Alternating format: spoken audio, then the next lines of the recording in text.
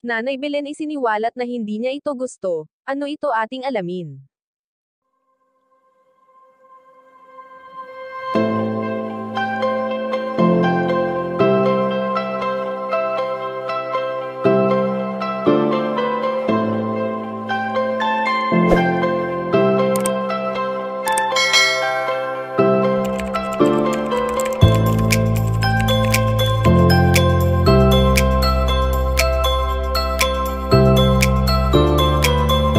Alam naman natin na palaging nais ni Bunso Mix Malino ang maging masaya ang nag-iisa niyang si Nanay Belen.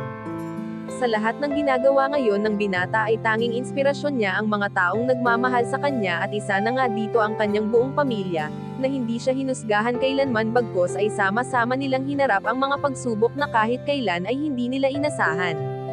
Bagamat taon na ang lumipas nang iwan sila ng isa sa labis na nagpapasaya sa kanilang bahay na walang iba kundi si Cutie Mahal, ay hindi pa rin naman maitatanggi kung paano nila inaalala ang nag-iisa nilang prinsesa.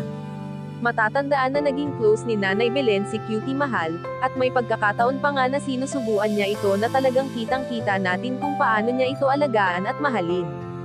Kaya naman kahit anong intriga pa man ang naglalabasan sa ngayon, ay walang makakatalo sa katotohanan na noon pa man ay nakikita na natin na tunay ang pagmamahalan na mayroon sila sa bawat isa. Subalit ngayon nga ay ayon sa aming impormasyon na nakalap na hindi ito gusto ni Nanay Belen, dahil bilang ina ay nais nitong mapasaya ang kanyang mga anak. Kitang-kita ni Nanay Belen kung gaano naging masaya si Bunso Mix Malino sa piling ni Cutie Mahal, kaya naman hindi niya lamang ito gusto, dahil ito ay gustong-gusto niya para sa binata. Ngunit sa ngayon nga ay magsisilbing alaala na lang sa lahat. Kayo mga kachika, anong masasabi nyo dito? Please leave the comment and don't forget to subscribe.